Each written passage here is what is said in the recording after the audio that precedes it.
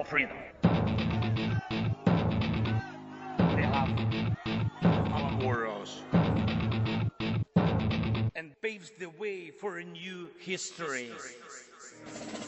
Erland, up next, are we going to talk about Daniela's article, or did you want to do something else? Well, I guess if Daniel is ready, we can start with his article. Yeah, I am ready. And I want to ask, are you preferring that I show the images or the article? I think you can go through the images. They are essentially laid out in the same order, more or less, that you can find in the article. So if someone would like to follow the article as well, it will be pretty much streamlined with the article. So maybe just post the address to the article. So if they want to open while I speak, they can do that. But I think showing each image one by one is better because text doesn't show much. Okay. And it's a very long article, I recognize that. I'll post the link in the description, but maybe you can give an intro briefly to why you started writing this article and what's the kind of idea behind it. Yeah, of course. So the main, first of all, this article is the result of a research done in a collective effort within Tochnyi. I was the main author, but there were at least other two people who contributed, and they didn't want to show on their research, but we worked essentially on the main aspect, which was understanding what can be done in case Ukraine has full leverage on the use of ATACMS and Storm Shadow at the moment, and possibly in the close future Taurus from Germany. And this was driven by the fact that when you speak with the analysts, especially from the US, you heard a lot of skepticism regarding the use of this long-range weapon currently during this stage of the conflict. And the main point that many of these analysts make is that the moment in which these type of weapons were meaningful and very much effective has been gone. And so granting Ukraine the capability of striking so trying to essentially give them the use of the weapon now would be essentially pretty much useless. Can you hear me better? Yeah, it's fine. So yeah, you can find the article on the Tochnyi website. It's either under post or you can just scroll down here. It's this one. Reaching Further Without Limits is the title.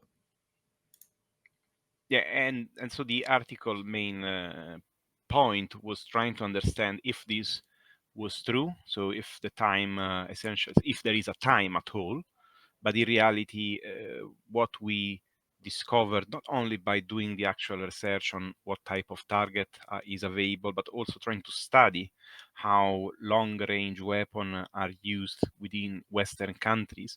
And to this, I would like to do a big thanks to Fabian Hoffman, who wrote a magnificent and proper research article, which has been published a few months ago and is completely accessible, and the link is within the article.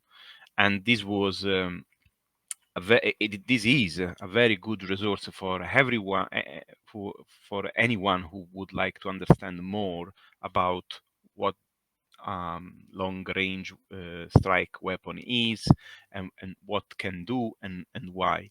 And this article essentially is an extension of that research with a particular focus on Ukraine, and of course written for a more wide audience, because that article is a proper academic article. It's very well written with a lot of resources as well. And so the first thing that we introduce essentially is a kind of map. I don't know if you want to show is the first image that I sent to you. Yes, this one. So this essentially is a representation of the current long-range weapon available or nearly available. Taurus should be in Ukraine potentially in the next year, but it can be even replaced by other type of weapon, including Grom-2 or other Ukraine-based weapon. But in that case, the fact that the Ukrainians have limits would completely disappear because it's their own weapon. And of course, we tried to show also visually a map that we realized using our own data or data gathered from other OSINT sources. So in this map, you can look at presence of ammo depot, oil refineries, air bases, distilleries, and finally a railway substation. Now, these are only one part of the potential target that you can get, but if you start to put everything on a single map, then essentially you don't see much.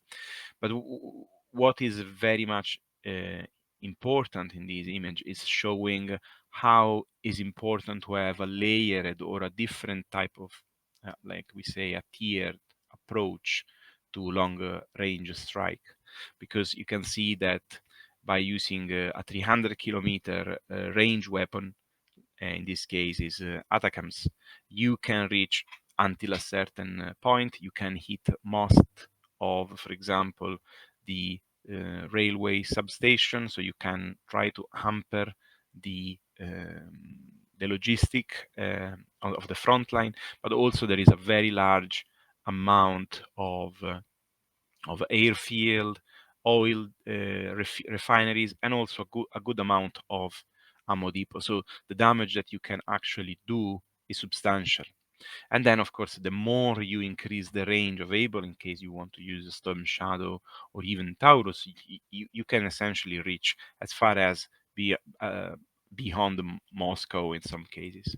And you can also start to see we have different color scheme for each. So when is black is destroyed, when is gray is decommissioned, and when is orange, so when the marking is orange. I don't know if you want to zoom on the map just to show better that detail, but you can see that some of these ammo depot, for example, Toropets and or other distilleries have been hit quite hard during this period. And many people may laugh at the fact that we are, Ukraine is attacking distilleries, but the reason is pretty much military, because these distilleries can and produce a significant amount of chemicals and alcohols, and which are useful for the fabrication of lubricant and other chemicals that are used in weapons. And Russians are quite open about the use of distilleries for this scope. You can find on VK a lot of information about that. So this is also these strikes are not intended to hamper vodka production in Russia. This is maybe an indirect objective or achievement, but the main one is hampering the production of chemicals which are then used for other applications. And so the article goes through a series of potential strikes areas, so a target that we identified, which should be image 2A and 2B. For example, within the 300 kilometer range, you have the 19th and the 17th, 67th arsenal. This is the 19th. And these are particular interesting arsenals. This has been already hit twice, but still the reason why we mentioned these two is because their extension and the substantial presence of Soviet era ECM. ECM stands for heart covered magazine. In this case, you can see those a bit above, yeah, there, exactly. In that area you can spot them. and in the previous base, you can find a lot more of them. So these are, of course, hardened target. So the drone attacks that we have seen can do pretty much nothing to this type of ammo depot, but they can, of course, destroy or damage other structures which are not as protected as we have seen in previous strike on the 67th Arsenal. So, and this is pretty much within HIMARS range. If you go to then, I think it's 3A and 3B, we identified a couple of very large oil refinery. These are two of the largest. I just picked two because there are four in HIMARS range, and they are all in the southern western part of Russia, and they together combined produce up to 31.3 million ton of oil per year. So it's a very large amount of production. And so these are targets that are very difficult to protect because you cannot harden them as you can do with an ammo depot. And of course we continued by extending the range. So we went forward with the other two sites, this time in Storm Shadow or Scalp EG range, and this is the 5th, and the next one is the 68th arsenal. Now these are two very much important arsenal because one had the 68, this one that we are looking at, is quite modernized, is something that we define as a class 2 ammo depot because they host a significant amount of new modern ECM. You can find them everywhere in the site. They are very similar to the Toropets one essentially, and only in these ammo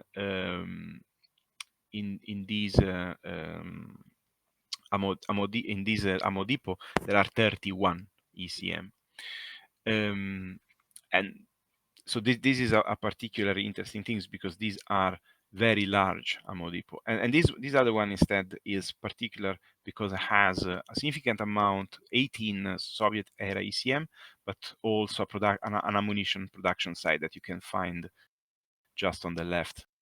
Yes, there. So, so the article essentially starts by introducing these target and trying to show that, well, it's true that using a long-range strike sometimes can be more or less effective. That's true, but this is because these type of military activities are situational and also depends on what is occurring on the front line and in general in the campaign.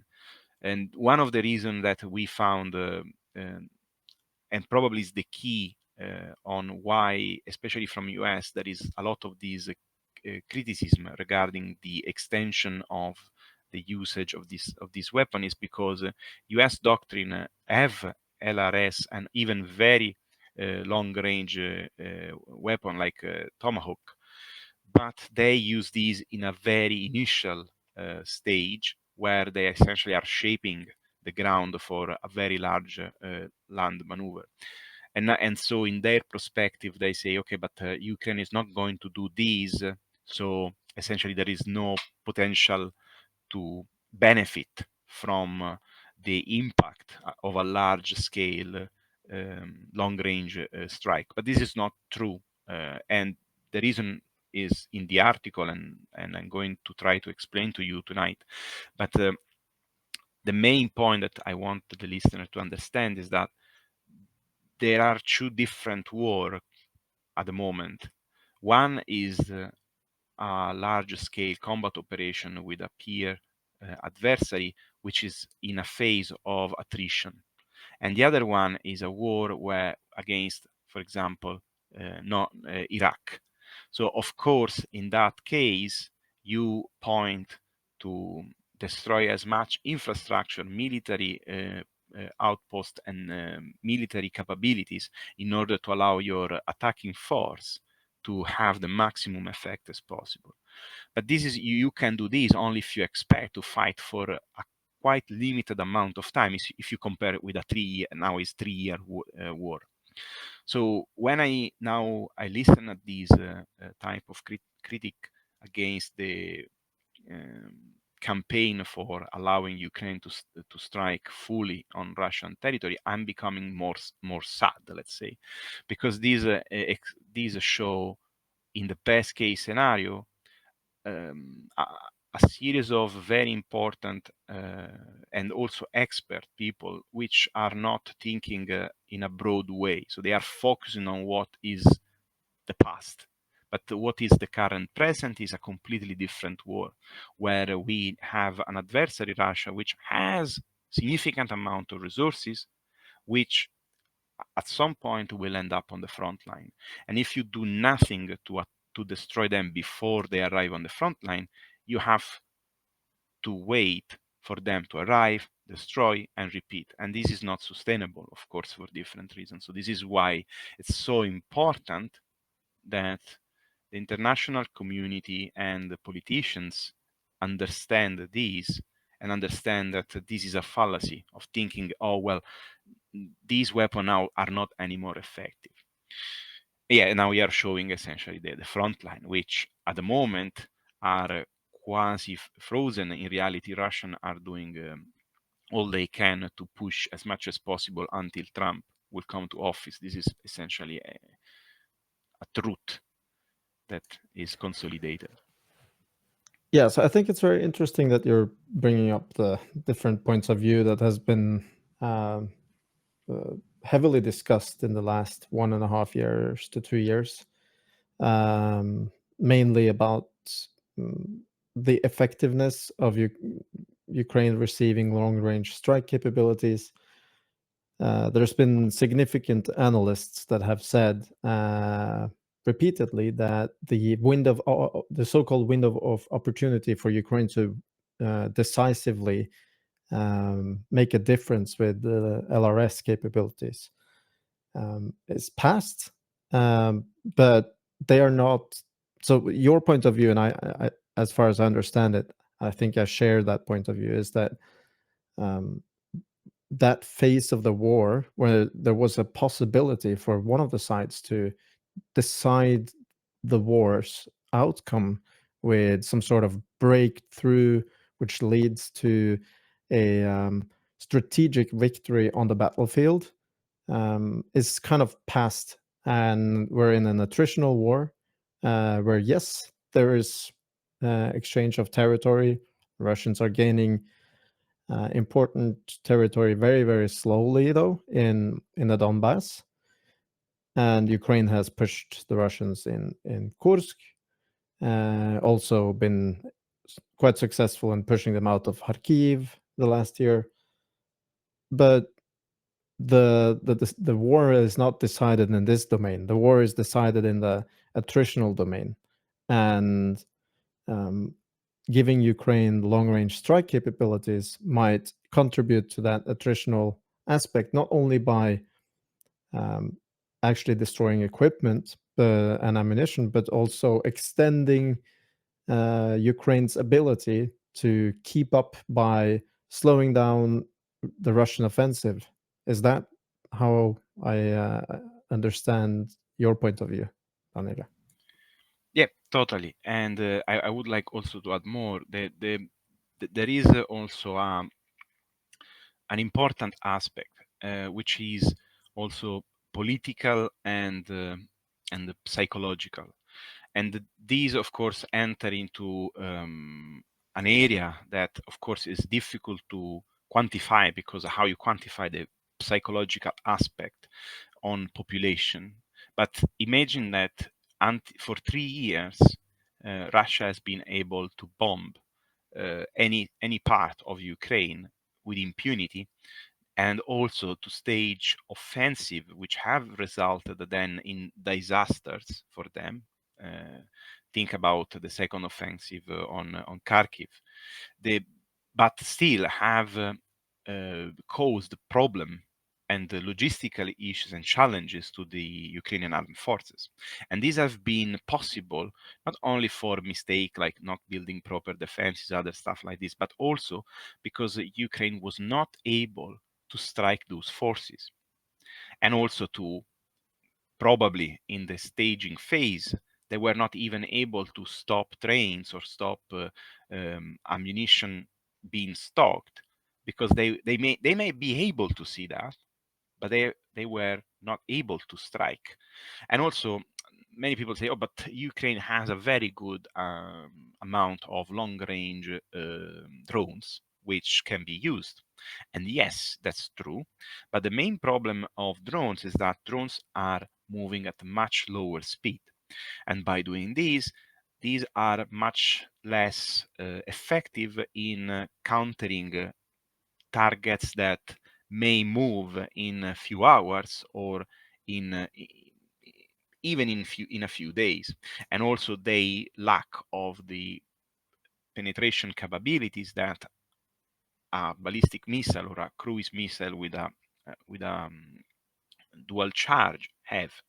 So drones can do a lot. For example, for oil refineries and for other lightly armored target, they can do a lot, of course, if used properly in swarm, committing also a significant amount of resources, because we don't have to be fooled by the fact that the Russians are struggling in contain these phenomena, but because they have a larger territories, they have problem with intercepting these, of course, but also because Ukraine is committing a lot of resources on that, resources that are not put on other things. So in my opinion, by enabling the full use of this weapon, you create a more effective long-range campaign that can also create a real problem to the Russian. And this graph that you are showing has been reprocessed by me, but mostly by Chris, who have done a magnificent work in this article, because all the graphics that you see are done by him. I think except the picture of the site that I did on myself, but all the other graphics have been done by him. And this is one which I took from a very expert Polish analyst. I hope I don't misspell his name. Is Maciej Korowaj on the website. On the post, I put the reference to his tweet, which contains a lot of detail regarding Russian logistics. He is a very big expert on this. And what I wanted to do, I wanted to try to extend the work that he have done he essentially extended these until the 300 kilometer, but then we start to work on Storm Shadow, Taurus, and what you can see is that Russia has a pretty solid, at least on paper, logistic, but which relies on a series of things that have to happen. It's like a chain, essentially, to simplify to our audience. You can see we have trains uh, uh, of different type, of different size. Then we have trucks, and of course we have a mixture of different type of trucks, which can bring the supply from the deep logistic, which is everything below 700 kilometers, but well within Russia, to the essentially last mile, to the current front line. And the beautiful things about this graph, which I encourage everyone who is going to read the article to go through that, is the fact that you have 85 kilometer, 150 kilometer, 300 kilometer. So you can see how it is designed, and you can see how Western long-range weapons were designed. If you look, HIMARS or GMLRS are designed to strike 85 kilometers, which is essentially the frontline logistic, which was what the Ukrainians have destroyed essentially during the first summer, when we have seen all those very large explosion of ammo depot within occupied Ukraine and very much in occupied Ukraine, which enable also a lot of the success of the Kharkiv and Kherson offensive. But after that, as you remember, they start to struggle because the Russians modify their approach, and also because Ukraine was not able to strike deeper.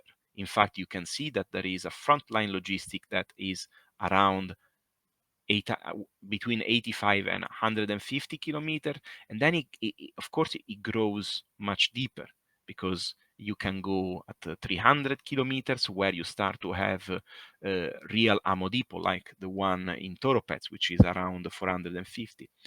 And you can see also the incredible use of train that is needed to move a large amount of equipment. So we are talking about hundreds and hundreds of railway tracks.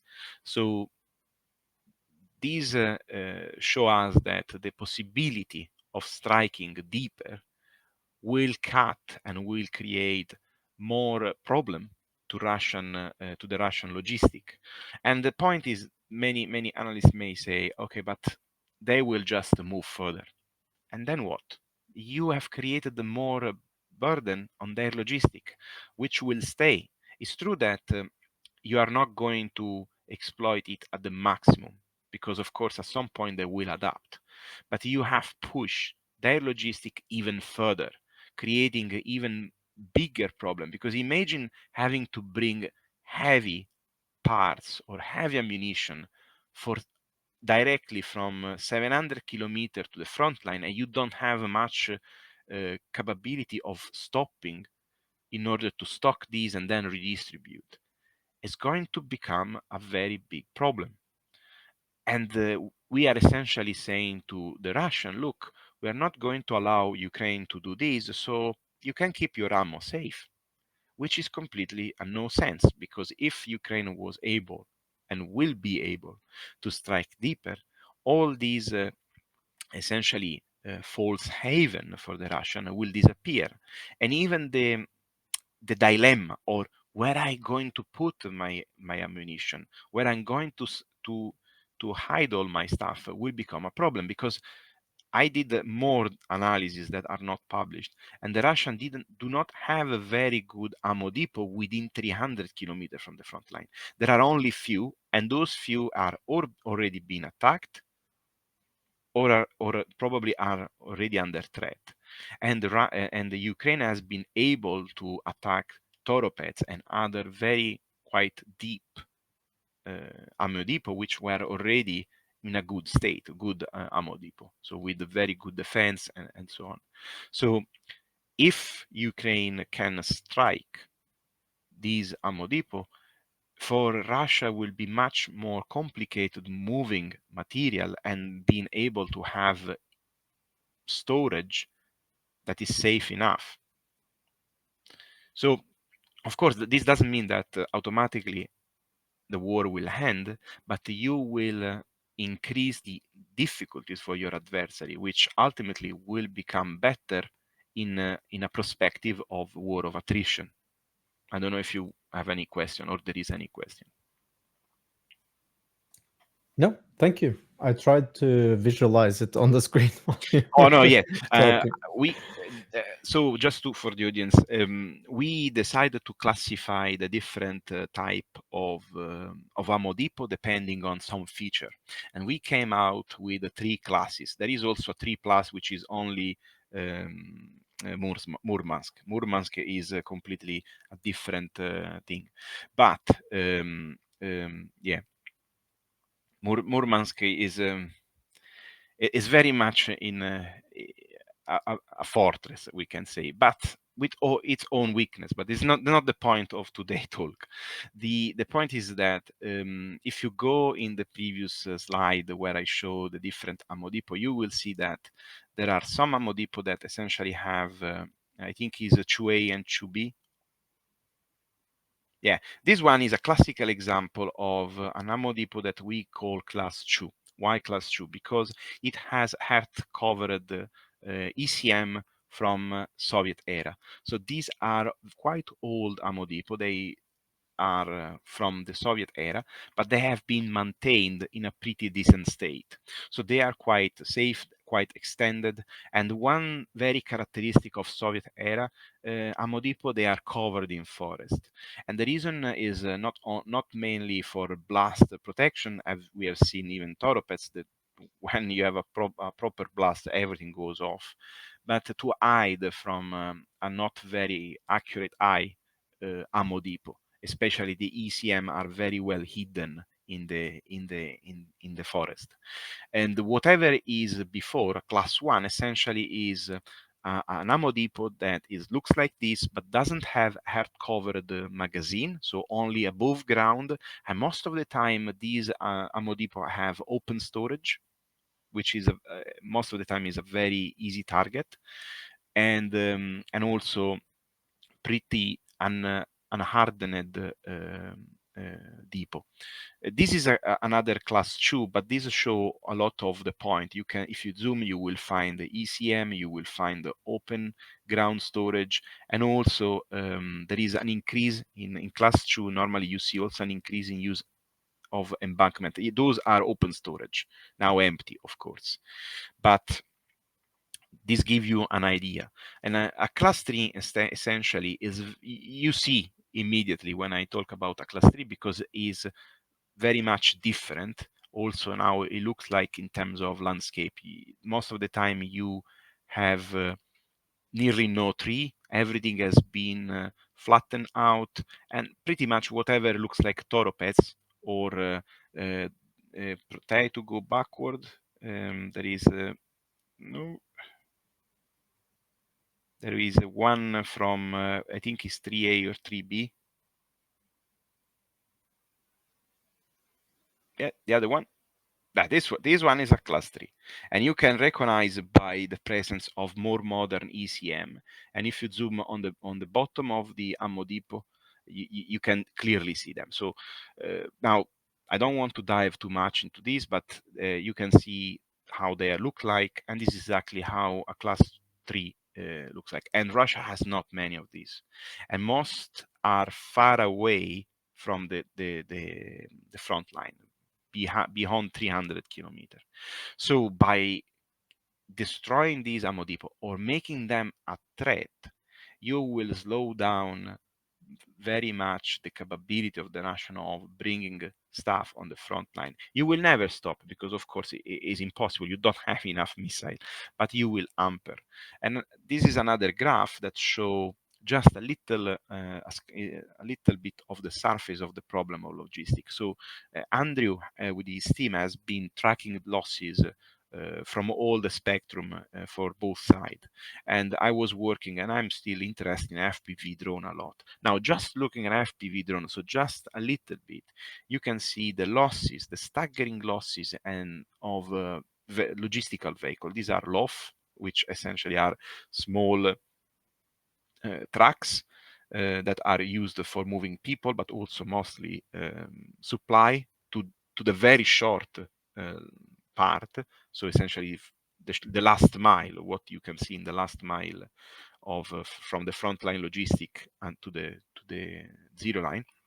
But there is also the next one, which is on track, and both show a significant amount of losses for trucks. So Russia is experiencing a very high level of attrition, in particular on vehicles, also on manpower. But of course, they play on that side saying, okay, but we have a lot of people, so we don't really care. And last but not least, this is an extra picture. This is the 120 arsenal, and is very, very far away from classical weapon. I mean, this one is within, I think this is within Storm Shadow range, nearly. So probably Taurus would be more ideal, because people will say, but if it's in Storm Shadow range, why you would use Taurus? Because Taurus has much longer range. So this means that when you attack with cruise missile, you don't go for a straight route. So you try to navigate and trying to use also, you should try also to fly very low, so the consumption are very high, so you may not arrive always on a straight line. So Taurus would give much more leverage on what can be done. And this is a very important side, because of course this image probably is old. So those vehicles probably are all gone. But this is a logistical point, because they repair vehicle and they repair artillery, especially barrel. So if you destroy something like that, which is essentially actively contributing to contribute to the war effort from the Russian side, you will create a very big problem, because there are not many facilities like that. So by doing this, you slowly attire not only the vehicles, not only the people, but also the capabilities that build an army, which is not only what is on the front line or in the 85 kilometer, but the on front, because this is Russia. So this is something that need to be hit if you want to have at some point a capability of a chance to go on the offensive.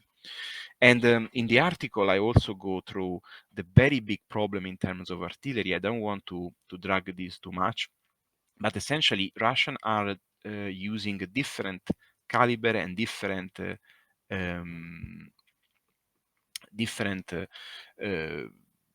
type of artillery barrel.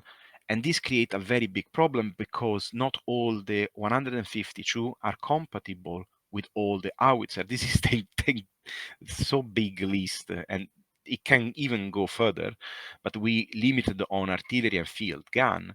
And so there is a serious problem for the Russian, because not all the 152, 122 are compatible across all the gun. And now they are using also 130 millimeter field gun, which essentially are very old system. So now I tried to You cut. didn't. Hey, you forgot to add the North Korean 170 millimeter one. Yes, and this is another point, because you see, we laugh. Okay, the 170 millimeter is not a bad thing. I mean, for the Russian, it's a good thing. For the Ukrainian, it's a bad thing. But is a sign. Is a sign that things are slowly being eroded to the point that they need stuff that previously they had in abundance. So it's very important to understand this, because otherwise we fail to see where each weapon system has its own effect. And this list alone is dramatic, because being able to supply all this type of ammunition also on different systems which rely on different ammunition of the same caliber is a nightmare. And also, as one friend in Tochnyi said to me, remember that not all the units get the same equipment. So you may have 2 or 3 weapons with 2 or 3 different caliber, or the same caliber of mixed type. So you can understand, if you start to hit very hard those ammo depot, the logistical center, and so on, how big the impact can be on the front line. And of course, and at the moment, we haven't seen that big collapse, because the strike haven't been sufficient, because of course there is a lot that can be hit. So Well, yeah. I want to say that the strike on Toropets probably had quite a large impact on the Russians' the Russian operation in Kursk. Yeah. And we can see that they have not achieved what they set out to do, and they're not going to achieve what they wanted to achieve within 2024. Ukraine is going to still have some part of Kursk Oblast occupied by the end of the year. And this is also the reason why they are calling the North Korean. And another point that I want to say is that I try to don't mix. I agree with you. I feel that as well, but also there are different factors in Kursk. We have seen, and you know better than me, we have seen an incredible amount of anti-ISR drone campaign, which have probably had a very large impact on the ability of using long-range munition like Iskander or artillery strike on the Ukrainian position.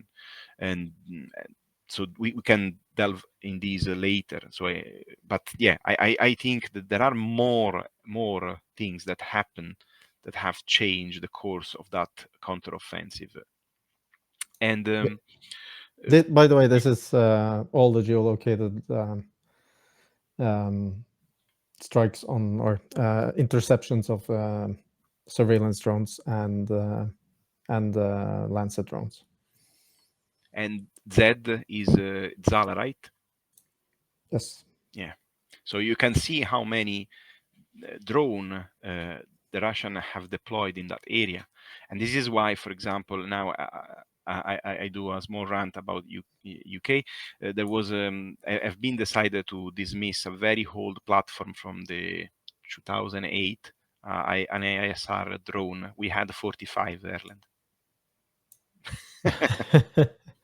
So just to say, this is the level of attrition that weapon will suffer in such an environment. And Zala drone and in general ISR drone from Russia, they are not that bad. Keep away the Orlan 10, especially at the early stage. They don't have they are not bad platform. In fact, they were a threat to the point that Ukrainians have to come out with a solution, which honestly I think is quite effective.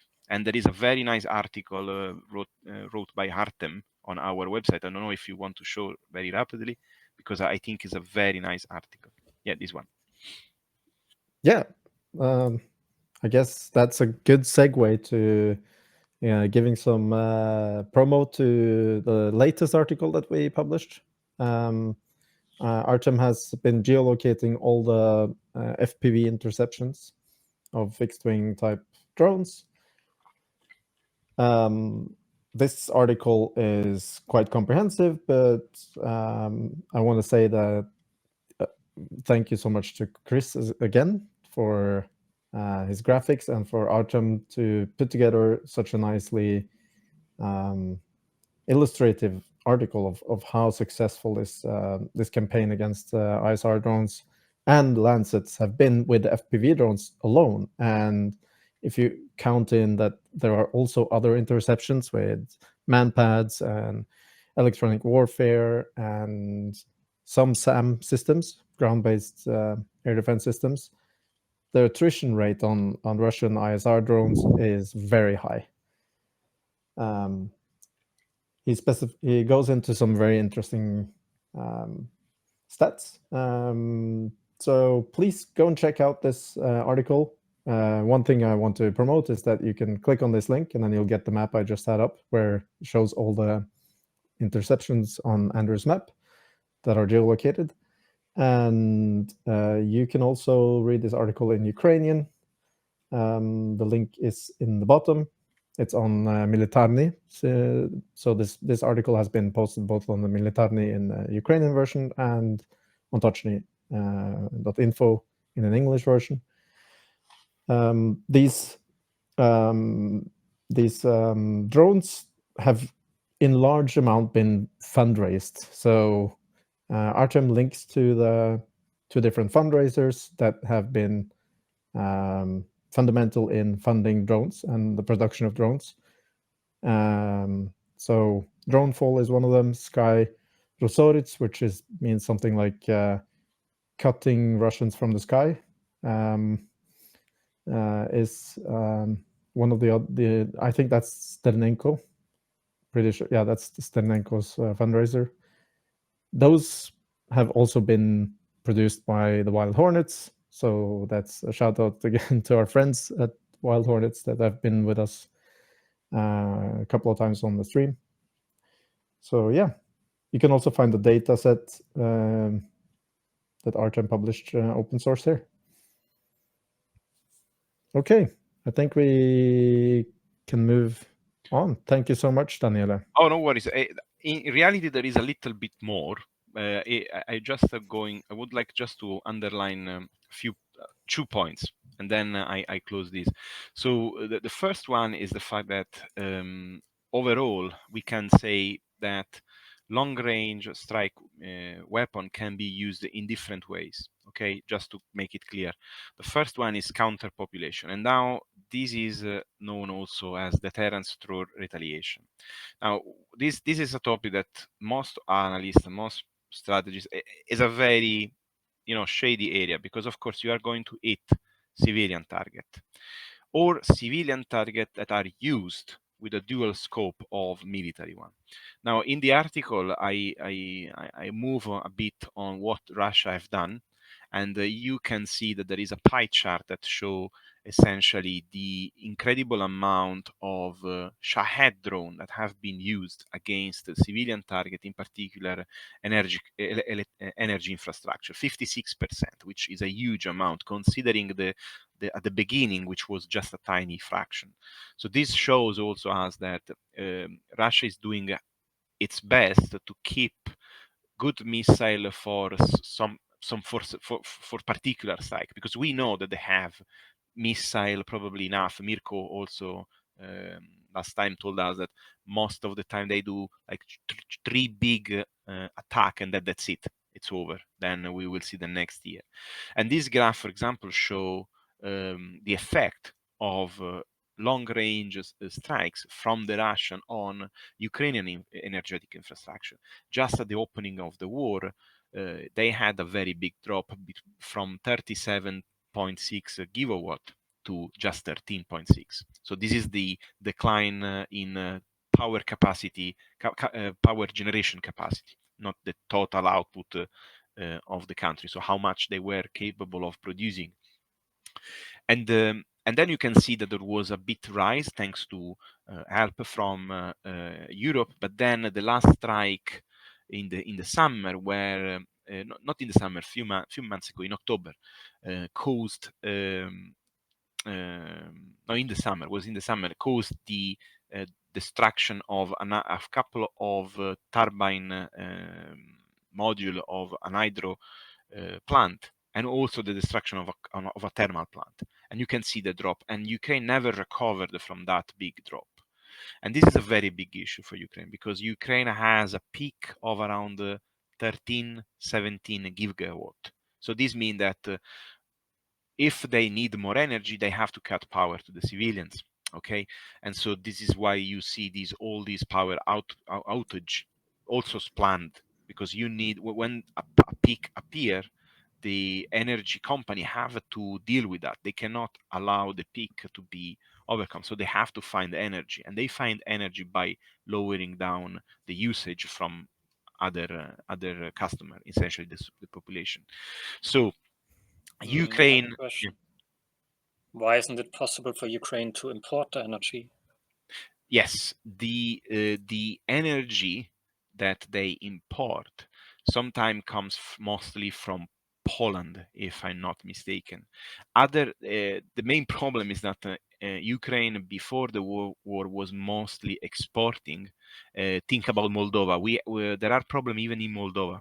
Moldova has a huge issue now because you cannot import from Ukraine, and so they have to rely on other countries. And also this means that the energy is sometime you have issues in the transmission as well. So this doesn't mean that they cannot ask for more energy coming from Poland, but this is the self-reliance. So this is how much they can do on their own. Okay, so for example, if they need, there is a frameworks within the European Union, and there are plans of European Union supporting this aspect in particular. I think there was an article released from the Minister of Ukraine for energy about this. When I was drafting this table, I read about that. So there are plans in place to try to minimize this, but the problem is so big that you cannot just plug on like because there is essentially only Poland, essentially, which is actually very well connected. And also, you may have a problem because if Russia hit also that connection, you may then be in very big trouble. So you kind of have to increase its own resilience anyway. Okay, so But the point is just to show how effective can be this type of strike. Of course, they are risky. There are problem with that because you are effectively striking, for example, a substation. So a substation can serve many things, including hospitals. So this is why probably Ukraine is doing this in a very limited way, not only for, because they have drones for this as well. But they have done this, for example, in Kursk at the beginning of their operation. So this is also a reply to people that say, "Oh, Russia is fighting with one hand tied." In reality, not. It's Ukraine that is limiting herself or has been limited by the West. And and this was just the last point, because then of course you have other ways in which you can strike. As we said, you can do strategic interdiction, so trying to disrupt logistic. We have discussed that. But then there is also counterforce, so trying to engage military asset like a very large logistic place as the 120th, or training grounds. That's something that has been done only with HIMARS at the moment. No, I think a strike with ATACMS happened as well, but not in Russia. And last but not least, counter leadership and command post. And on this point, we can say that the attack with the 12 Storm Shadow in Kursk was essentially an example of that. In that strike, we know that a serious amount of officers has been injured or killed, and this was also the event that led Putin to do that strike on Dnipro with an intermediate ballistic missile, showing its weakness and its inability to protect his own officer within Russia. So repeating this type of strike is fundamental as well, because also on how and on this, you guys probably know much better than me, being able to cut the heads of who is in command in the Russian military organization. It's way more important sometimes because they don't have the same culture of NCOs or more low-level officers that we have. So by removing and hitting their command center where they have personnel there of high value, this will increase the likelihood of arriving to a more positive condition on the front line. And that's all. Sorry, I just wanted to conclude with this because this was also a very good connection with something that happened in Kursk recently. Yeah, thank you. I think the point is, if Ukraine is able to strike Russian capabilities of one kind, they kind of also deter Russia from doing that towards Ukraine. If Ukraine replies with a strike on energy production that is within, of course, the legal set of rules of engagement and the laws of war that Ukraine adheres to, then that will deter Russia from doing it towards Ukraine again. But they have still not done so with Western supplied long-range strike capabilities, and I think that should happen soon, or else we're going to see more and more attacks of these kind. Yeah, thank you so much, Daniel. For freedom. They have our warriors and paves the way for a new history.